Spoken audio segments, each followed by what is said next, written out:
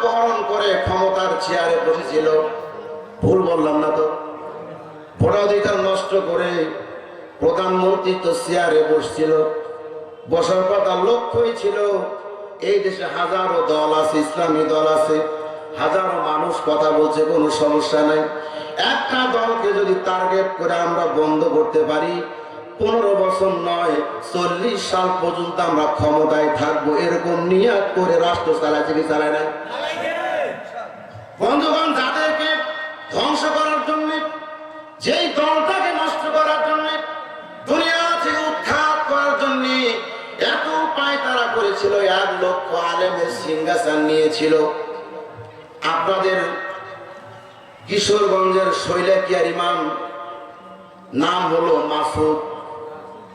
ইনি এই স্বৈরাচারীর পক্ষে 1 লক্ষ আলেমের সিংহাসন নিয়ে যুক্তরাষ্ট্রে গিয়ে তিনি বলেছিলেন যে জামাত ইসলাম হচ্ছে জঙ্গি সংগঠন, একটা দল। এইভাবে প্রচার করতে লাগলো, মিডিয়া সব তারা হাতে নিল, একের পর এক মুসলমানদের নামে অপবাদ দেওয়া শুরু করে দিল। দিতে দিতে দিতে মিথ্যার জন্ম দিল। কোনো কথা বললেই তারা বলে আমরা নাকি গুজব ছড়াচ্ছি। হাঁটু ভেঙে দিল, ছাত্র শিবির ভাইদের অস্তিত্ব রাখবো না। সিলেটের দেলোয়ার ভাইয়ের ধরে নিয়ে জেলখানায় নেওয়ার পরে তার প্রসাবের রাস্তায় ইট বেঁধে দিয়ে 1 ঘন্টা ঝুলে রেখে দিয়েছিল। হাতের শাড়িগুলো উঠিয়ে দিল, ফুলগুলো টেনে টেনে ছিঁড়ে ফেললো, পায়ের আঙ্গুলগুলো কেটে দিল। এরপর যদি আপনি বলেন তারাই ভালো ছিল, আমি মনে করি আপনি মুসলমান নন, আপনি হচ্ছেন বেঈমান। বন্ধুগণ, অল্প সময় অনেক কথা। এই স্বৈরাচার কেন হলো, কি কারণে আপনার উপর নির্যাতন করেছে? এটা শুধু হাজার মুসলমান ছিল, আল্লাহ তারা সব কিছু দেখেন, উপর থেকে সবকিছু দেখে দেখে চিন্তা করছেন। যারা ইসলামের কথা বলছে, ইসলামী আন্দোলনের পক্ষে কথা বলছে, এই লোকগুলোকে তারা নির্যাতন করছে। আল্লাহ তাআলা সব কিছু বদরের ময়দানে আল্লাহ রাসূল চিন্তা করলো, মাত্র 313 জন সাহাবী নিয়ে যুদ্ধ আমি কেমনে করব? ওরা 3000 লোক, আমি কি পারবো নাকি? সাহাবীরা বলছে, রাসূলুল্লাহ, আপনি কি আমাদেরকে বিপদের মুখে ছেড়ে দিচ্ছেন কিনা? ওরা হচ্ছে 3000, আমরা 313 জন সাহাবী, কি করে লড়াই করব? আমার মনে হয় আপনি আমাদেরকে বিপদের দিকে দিচ্ছেন। বিশ্ব নবী আল্লাহর দরবারে দোয়া করলেন। দোয়া করার পর আল্লাহ জবাব দিলেন, হে নবী, আপনি একটু শান্ত হন, একটু ধৈর্য রাখুন। এই ধৈর্য রাখার কারণে আল্লাহ তাআলা সেই দিন সময় 1000 উপর থেকে ফেরেশতা নাজিল করল। 1000 ফেরেশতা দিল, ফেরেশতা দিয়ে যোদ্ধা বাড়িয়ে দিল। ওই যুদ্ধের ভিতরে 2 জন ছাত্র ছিল, ছোট্ট বালক। তারা ছিল 2 জন অল্প বয়সী শিশু সন্তান। বন্ধুগণ, আপনার মতো জালেমকে মারতে সেনাবাহিনীর প্রধান লাগবে না, পুলিশ সুপার লাগবে না। আপনাকে হত্যা করতে, আপনাকে শিক্ষা দিতে বড় যোদ্ধা লাগে না। আল্লাহ ফেরাউনকে মাত্র পানির মধ্যে যখন চুবাইল, বলছে আনা মিনাল মুসলিমিন, আমি তো ঈমান এনেছি, মুসলমানদের মধ্যে একজন, চুবাও কেন? আল্লাহ বলছে নাম নাম, বুঝতে পেরেছি তুই এখন ঈমান আনার কথা বলছিস। না, তুই ঈমান আনিসনি, তো ঈমান আনবো, তোকে আমি ছাড়বো না। তুই আমার মুসাকে অনেক জ্বালিয়েছিস। আমার বন্ধুগণ, ফেরাউন কি বাঁচতে পেরেছে? পানির মধ্যে শুবে। আমি একটু মনে মনে ভাবছিলাম 15 বছর, কি জানেন, আমি যতটুকু আমার কাছে চিঠি আসছে যে মা বোনরা যারা আছে ওনাদের জায়গা হচ্ছে না, তাহলে কাজ করি, আমরা পুরুষ পেড়ে ছেড়ে দিই, মা বোনরা সামনে আসবে, আপনার ভিতরে জায়গা হচ্ছে না, জায়গা বাড়ান। আর যারা জায়গা ফাঁক করে বসে আছে, একটু চিপা চাপা করে বসেন, একটু সময় কষ্ট করে বসেন, আর আমরা অল্প সময়তে মাদের শেষ করবো ইনশাআল্লাহ। পৃথিবী না জানো, আমি তো জানি, আমি কি পাপ করে চিনবে না জানো, আমি তো জানি আমি কি পাপ করেছি হায়। আমার পাপের করলে বিচার, আমার পাপের করলে বিচার, বাঁচার আমার নাই উপায়। দয়াময় প্রভু মাফ করো আমায়, মাফ করো আমায়। বন্ধুগণ, বলছিলাম দুইজন ছাত্র, ছোট্ট শিশু বিশ্ব নবীর দরবারে চলে গেল। ইয়া রাসূলুল্লাহ, আমরা শুনেছি ইসলামের জন্য যুদ্ধ করা হচ্ছে, আমরা এই দুই ভাই যুদ্ধে যেতে চাই। বিশ্বনবী চিন্তা করে দুইটা শিশু সন্তান যুদ্ধে গিয়ে কি করবে। কথাগুলো শুনছেন ভাই, শুনতেছেন? দুইটা সন্তান যুদ্ধে গিয়ে কি করবে? নাই বুকে সাহস, নাই শক্তি, কি করে যুদ্ধ করবে? বিশ্বনবী বলেন, তোমরা যুদ্ধ কি করে করবে? তোমরা হচ্ছে ছোট সন্তান, যুদ্ধ করা সম্ভব নয় তোমাদের দ্বারা। এবার ছোট ভাই বলে ওঠে, রাসূলুল্লাহ, আমরা যুদ্ধ করতে পারবো, এই জন্য আপনি আমাদের পরীক্ষা নিতে পারেন। সুবহানাল্লাহ। পরীক্ষা নেওয়ার জন্য বলা হলো, ইয়া রাসূলুল্লাহ, আপনি পরীক্ষা নেন। দুইজন সন্তান, মাল মফিজ, দুই ভাই, একজন ছোট একজন বড়। ছোট ভাইকে বলল, রাসূল বলে, রাসূল বলছেন, তারা কাজ করো দুজন, তোমরা কুস্তিতে লেগে যাও। দুজন লড়াই শুরু হয়ে গেল। ছোট ভাই বড় ভাই কানে কানে বলছে, ভাই তুই তো বড়, আমি ছোট, জানা কথা বলছি, শিক্ষা বের করার জন্য একটু বলছি, রাগ করছেন নাকি? ছোট ভাই কানে কানে বড় ভাইকে বলছে, ভাই আমি ছোট্ট, তুমি হচ্ছে বড়, আমি জানি তোমার সাথে আমি পারবো না, যদি আমি না পারি তাহলে যুদ্ধে আমি যেতে পারবো না, তুমি ঠিকই চলে যাবে। অতএব তোমাকে আমি যখন ধরবো, তুমি নিজেকে দুর্বলতা স্বীকার করে নিচে থক করে পড়ে যাবো, আমি উপরে থাকবো, তাহলে দুই ভাই মিলে যুদ্ধে গেলাম, সমস্যা নাই। এইবার দুই ভাই লড়াই হয়ে গেল। সবই সংক্ষিপ্ত করলাম, যুদ্ধ দুজন লড়াই শেষ হয়ে গেল। বিশ্বনবী টের পাইল যারা দুজনে সুরা পরামর্শ করেছে, ছোট ভাই বড় ভাইকে হারার জন্য পরামর্শ করেছে, অতএব এরা যুদ্ধে যাবে, এদেরকে যুদ্ধ থেকে মাহরুম করা যাবে না। যুদ্ধ করার জন্য অনুমতি দেওয়া হলো। বদরের প্রান্তরে গিয়ে অনেক মানুষ দেখতে পায়। ওদের লক্ষ্য ছিল, দুইজন ভাইয়ের লক্ষ্য ছিল, ছোট্ট শিশুদের লক্ষ্য ছিল আবু জেহেল কোথায়, বড় শয়তানটা কোথায়। আমরা কারো লক্ষ্য নয়, বড় শয়তানকে আমরা দেখব। বড় শয়তানের জন্য তারা একজন সাহাবীকে জিজ্ঞাসা করলেন। বলা হলো, আঙ্কেল, এই যুদ্ধের ময়দানে যাবে বড় শয়তান আবু জেহেল, উনি কোথায় আপনি কি জানেন? বলছে, তোমরা তাকে দিয়ে কি করবে, তোমরা ছোট মানুষ, তাকে খুঁজতো কেন? দুই ভাই বলছে, আঙ্কেল, আমরা জবাব পেলাম না, আমরা জানতে চাইছি আবু জেহেল কোথায়। সারা জীবন আমার নবীকে দাঁড়িয়েছে, ইসলামের বিপক্ষে কথা বলেছে, আয়না ঘর বানিয়ে আয়না ঘরে ঢুকাইছে, ইসলাম আন্দোলনের মানুষগুলোকে নির্যাতন করেছে। এই বড় শয়তানকে আমরা খুঁজতে আসতে প্রতিবাদ করব। এই প্রতিবাদ করার জন্য আসছি। দুই ভাই মিলে মাঠের দিকে চলে গেল।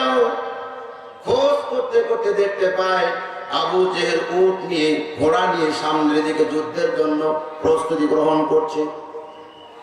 চিন্তা করে ছোট ভাই, আমি তো একেবারেই ছোট, উপরে আবু জেহেলকে থাও পাচ্ছি না, থাও পর্যন্ত আগা পাচ্ছি না, কি করে আমি তাকে ঠেকাবো?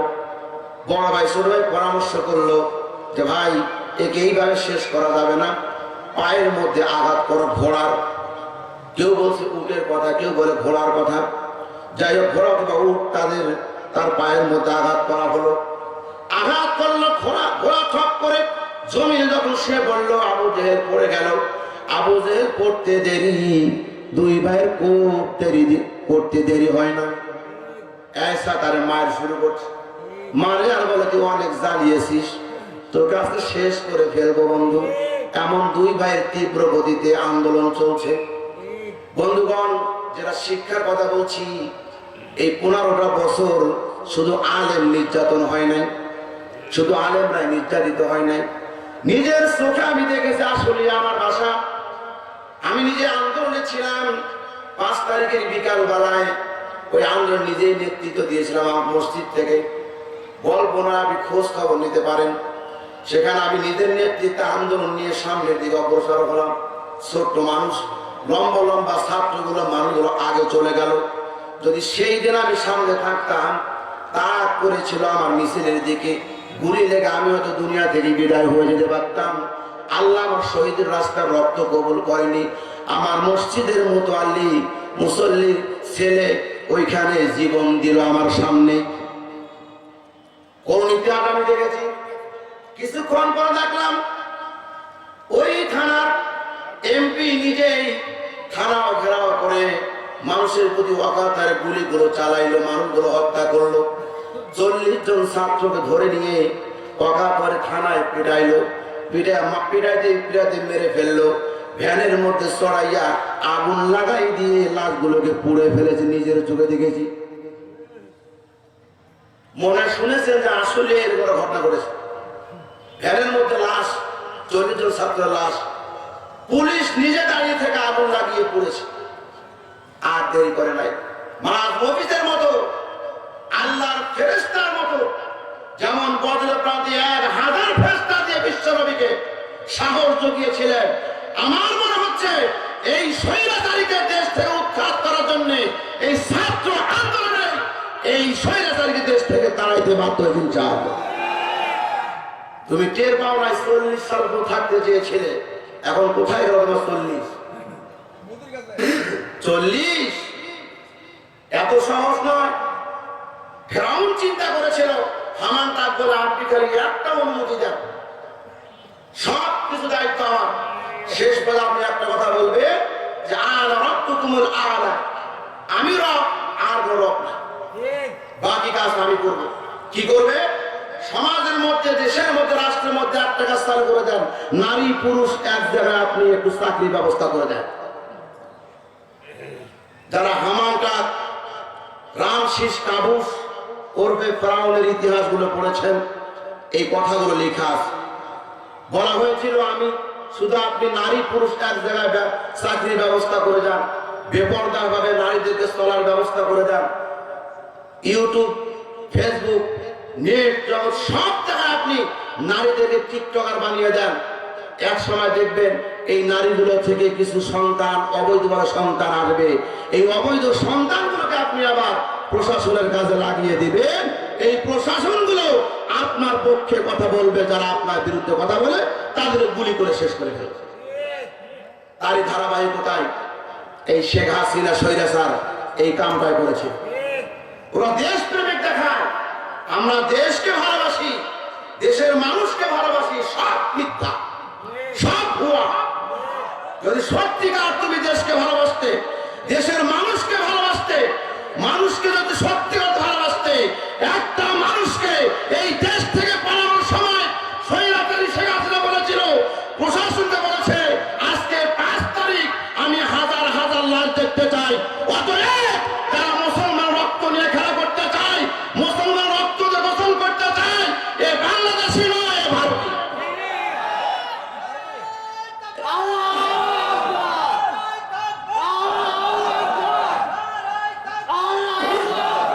আমার ভাইরা, বাস্তবতা আমি নিজে দেখেছি, বাস্তবতা দেখেছি। এগুলো যাত্রাবাড়িতে 5 তারিখে 1476 জন বেসরকারি ভাবে রিপোর্ট করা হয়েছে।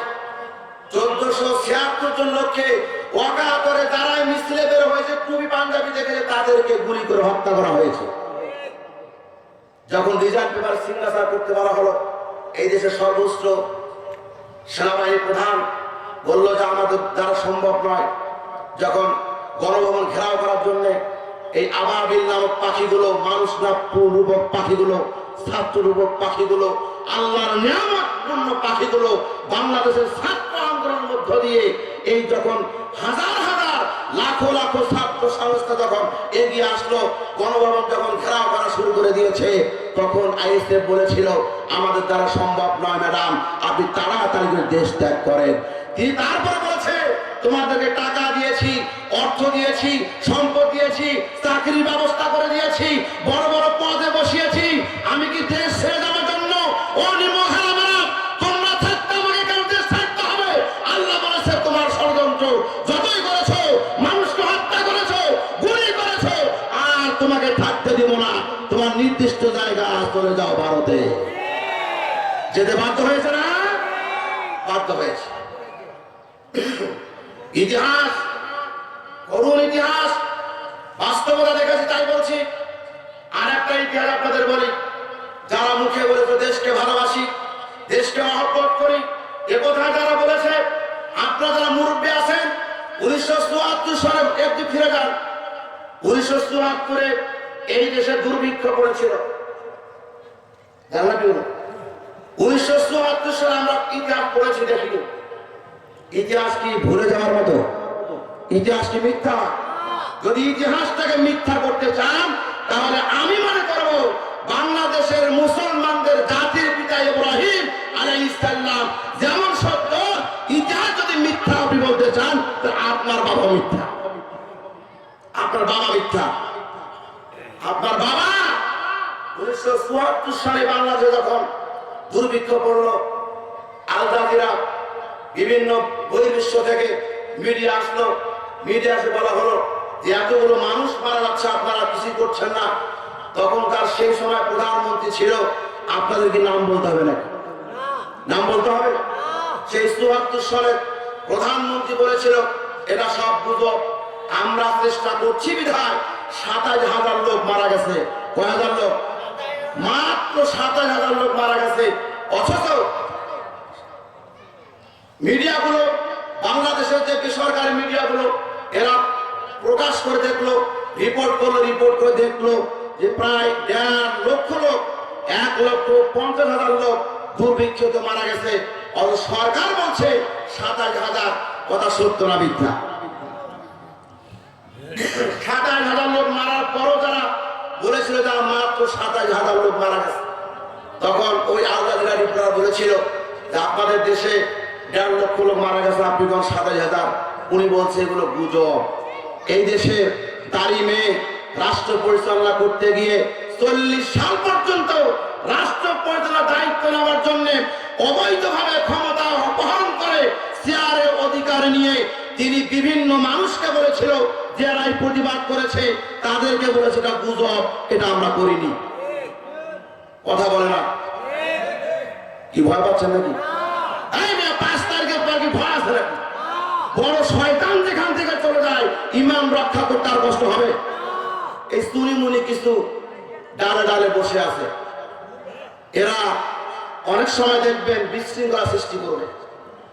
এরা করছে গার্মেন্টস সেক্টরটাকে নষ্ট করার পায়, তারা করছে গার্মেন্টস সেক্টরের শ্রমিকদেরকে ভাড়া করে বিরিয়ানি খাওয়ার নাম করে অন্য গার্মেন্টসে হামলা করে বর্তমান বাংলাদেশের ইসলামী আন্দোলনের মানুষের নামে আবার নতুন করে ষড়যন্ত্র করছে। যত ষড়যন্ত্র করো আর লাভ হবে না। আজকে এখান থেকে আপনাকে নিয়ত করতে হবে, এই চন্দ্রপুর থেকে আপনাকে নিয়ত করতে হবে, ঠুস করে আসুক আর ঠাস করে আসুক, বাংলাদেশে আর কোন মুসলমানদের রক্ত নিয়ে খেলা করতে দেওয়া যাবে না। ও বাংলার মুসলমান, ও বাংলার আলেমেরা, আবার যদি এই স্বৈরাচার বাংলার মাটিতে পা রাখতে চায়, আপনারা কি রাজি আছেন? সমস্ত আলেম ওলামারা বর্ডার পাহারা দিয়ে নতুন করে পূর্বের স্বৈরাচারকে দেশে আসতে দেওয়া হবে না ইনশাআল্লাহ। তাড়াতাড়ি হাত আল্লাহকে দেখাও। লিল্লাহি তাকবীর, লিল্লাহি তাকবীর। উনি ঠুস করে আসবে, কি গ্রহণ করবেন? তো গ্রহণ করবে। ওই যে একটা গান আছে না, ভালো হয়ে যাও মাসুদ তুমি, শোনেন এটা? কিছু শোনেন না আপনারা? ভালো হয়ে যাও মাসুদ তুমি, এই কথাকে বলবে আর পালিয়ে গেছে বুঝছেন? ভালো হয়ে যাও মাসুদ তুমি, ভালো হয়ে যাও মাসুদ তুমি, এই কথাকে বলবে আর পালিয়ে গেছে কাউয়া কাদের, কেউ জানে না খবর তার, ভালো হয়ে যাও। এটা বাইবেলের ঘটনা, বাইপাই যারা ঢাকা জানে না বা জান বাইবেলের ঘটনা। উনি আসছিল, একটা নেতার নাম মাসুদ, দুর্নীতি করেছিল, হাজারো মানুষের সামনে ওখানে বক্তব্য দিয়ে বলছে ভালো হয়ে যাও মাসুদ, ভালো হয়ে যাও। আর একটা বলেছিল ফখরুল সাহেব আপনার বাসায় গিয়ে আমরা উঠবো যদি পালার জায়গা না পাই। শোনেন এটা কথা? আরে ভাই, স্বৈরাচার যারা হয় তার কর্মে, তার ধর্মে, তার নেশার, তার চালচলন দিয়ে সব করা। ما أصابكم من مصيبة فبما كسبت أيديكم ويعفو عن كثير। আল্লাহ তাআলা বলছেন, ও নবী আপনি দেখবেন হাজারো মানুষ, যে মানুষগুলো অন্যায় অপরাধ করবে ওরা বলবে আল্লাহ আমার কপালে লিখেছিল তাই এটা হয়েছে। সুদ খায়, ঘুষ খায়, অত্যাচার জুলুম নির্যাতন করে, আর মানুষের কাছে বলে আল্লাহ যদি আমার কপালে এটা না রাখতো তাহলে এটা হলো কেন? আছে না এরকম মানুষ?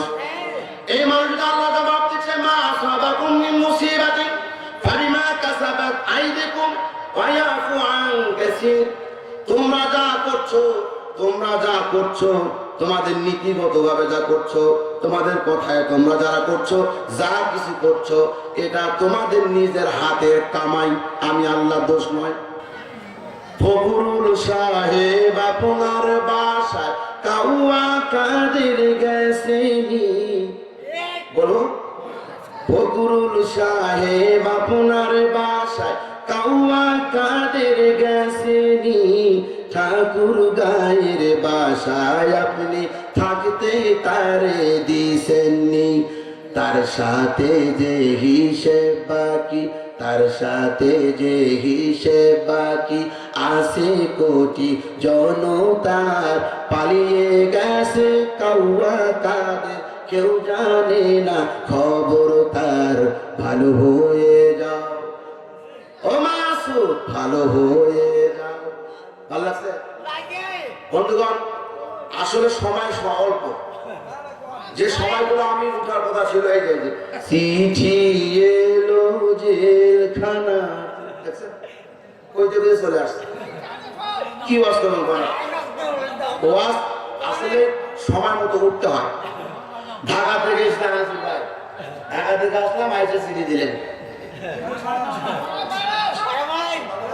কি বলবো সারা চলবে? কারা কারা থাকবেন না হাত তোলেন তো।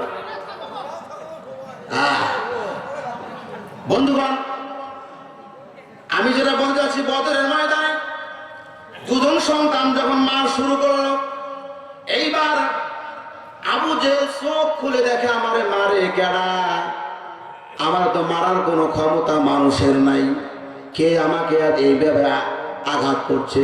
চোখ খুলে দেখে ছোট্ট দুটি বালক, মনে হয় যেন আবু জেহেলের সামনে পাহাড় সমতুল্য দুটি যুবক দাঁড়িয়ে আছে।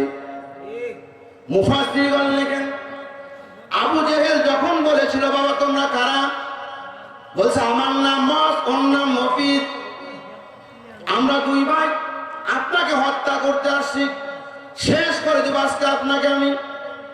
বলছে আমার অপরাধ কি? অপরাধ আপনার একটাই, আপনি বিশ্ব নবীর মতো মানুষ, এত সুন্দর চরিত্রের মানুষ পৃথিবীতে আর কেউ নাই। এই লোকটার সাথে আপনি এত বেয়াদবি করেছেন, এই লোকটার সঙ্গে আপনি অনেক বেয়াদবি করেছেন, অতএব আপনাকে দুনিয়াতে রাখা যাবে না। এইভাবে বড় ভাই যখন ডাঁটা দিয়ে, খেজুরের ডাঁটা দিয়ে আবু জেহেলের হাতে কোপ মেরেছে, হাত যখন পড়ে গেল, আবু জেহেলের সন্তান ছিল ইকরামা রাদিয়াল্লাহু তাআলা আনহু, তখনও তিনি ইসলাম গ্রহণ করেন নাই। ও বলছে আমার বাবাকে কে মারলি তোরা, কে মেরেছিস? আমার বাবাকে আমার সামনে যারা মেরেছে তাদেরকে আমি আস্ত রাখবো না। পিছন থেকে বন্ধু বড় ভাই হাতের মধ্যে কোপ দিয়ে হাতটা ঝুলন্ত অবস্থায় থেকে গেল। ডান হাত ঝুলে, ডান হাত সমস্যা করছে আবুদেরকে মারার জন্য। বাম হাত দিয়ে মারা শুরু করেছে, বাম হাত দিয়ে শক্তি পায় না। এইভাবে তো মার দিলে হবে না, কিভাবে মারো?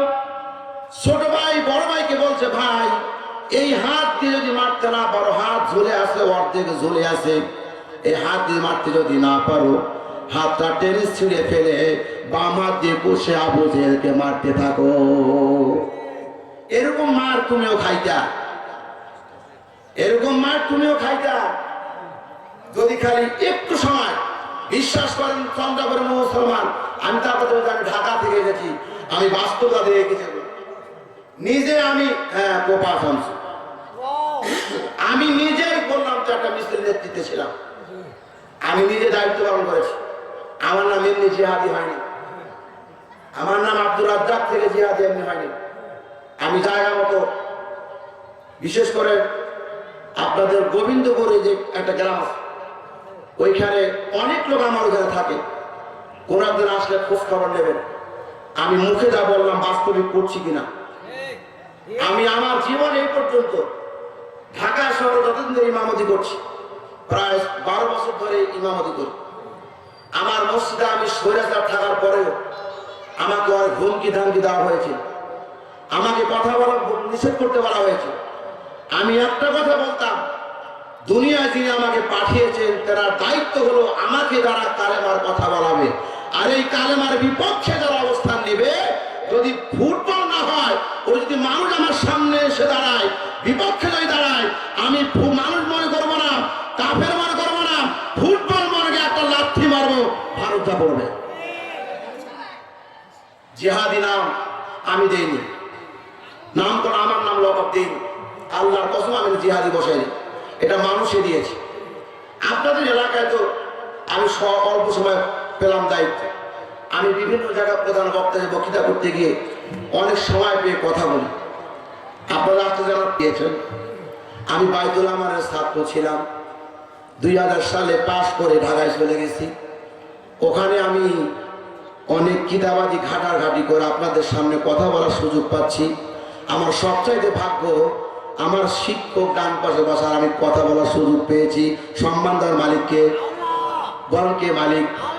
আরে কি না করতে পারে আল্লাহ দেখিয়ে দিল, বলো ভাই, কি না করতে পারে আল্লাহ দেখিয়ে দিল, জুতার বাড়ি দিয়া বুশের ক্ষমতা ছাড়াইলো, খুব করেছে লাফালাফি, যেমন বর্ষাতে ব্যাং করে ডাকাডাকি।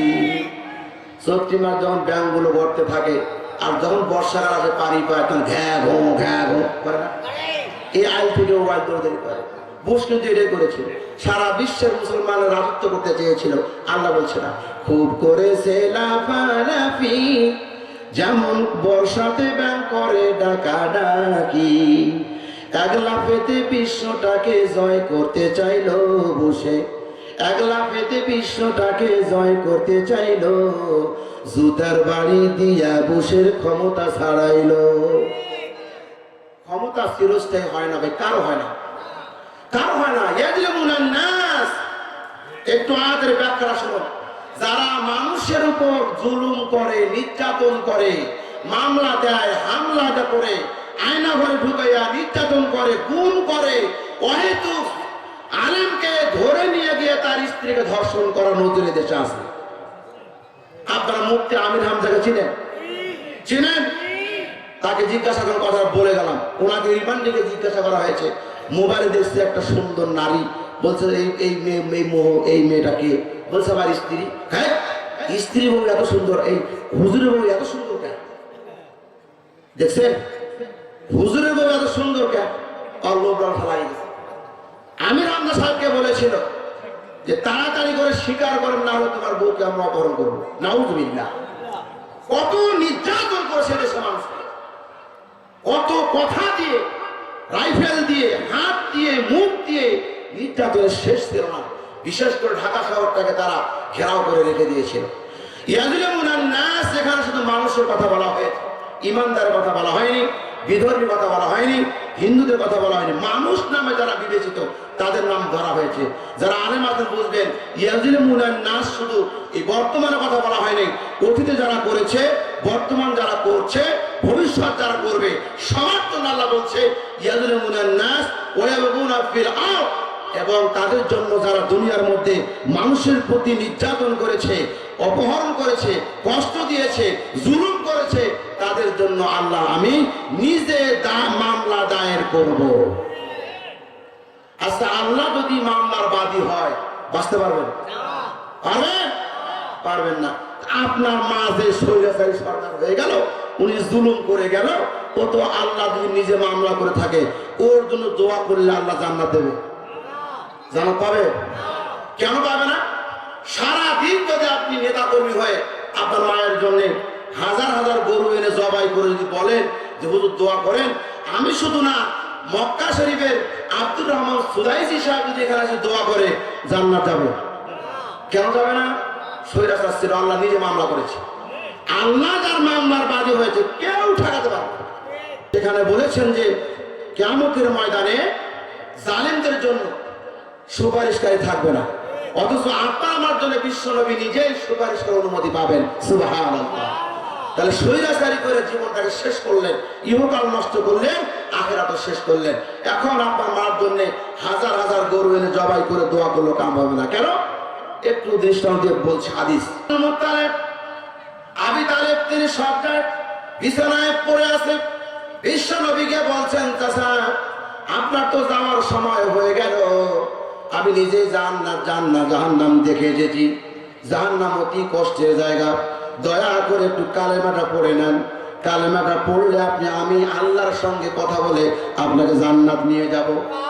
পড়লো না, কালেমা পড়লো না, বলেন তো মুসলমান হয়ে মারা গেল নাকি মুশরিক হয়ে মারা গেল? এরপর বিশ্ব নবী আল্লাহ তাআলার সঙ্গে সঙ্গে বলতেন, মা কানা লিন নাবিয়্যি ওয়াল্লাযীনা আমানু আন ইস্তাগফিরু লিল মুশরিকিন ওয়ালাউ কানু উলি কুরবা মিন বা'দি মা তাবায়্যানা লাহুম আন্নাহুম। আল্লাহ তাআলা বলেন, মা কানা লিন নাবিয়্যি, হে নবী আপনি দোয়া করলে হবে না, শুধু আপনি না, ওয়াল্লাযীনা আমানু, মুশরিকদের জন্য, জালেমদের জন্য। নবী কেন, কোন মুমিনরা যদি দোয়া করে আমি আল্লাহ দোয়াটা কবুল করব না। দোয়া ফেরত দিচ্ছে কে? এখন আপনার মা ছিল জালিম, আপনার খালা ছিল জালিম, আপনার বাপ ছিল জালিম, আপনার ভাই ছিল জালিম, আপনার 14 গোষ্ঠী জালিম। এই লোকগুলোর জন্য যারা পালিয়ে গেছে তো গেছে, আপনি যদি মারা যান, যারা তাকে সাপোর্ট করেছেন, তাড়াতাড়ি করে এখনো ফিরে এসে জামাত ইসলামের নাম লেখান, নাহলে খবর আছে। কারণ একটা দোয়া আল্লাহ কবুল করবে না।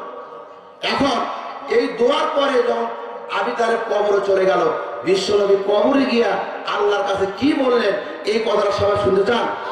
সবাই শুনতে চান ইনশাআল্লাহ? আমরা একটু সময় নিচ্ছি আপনাদের কাছে।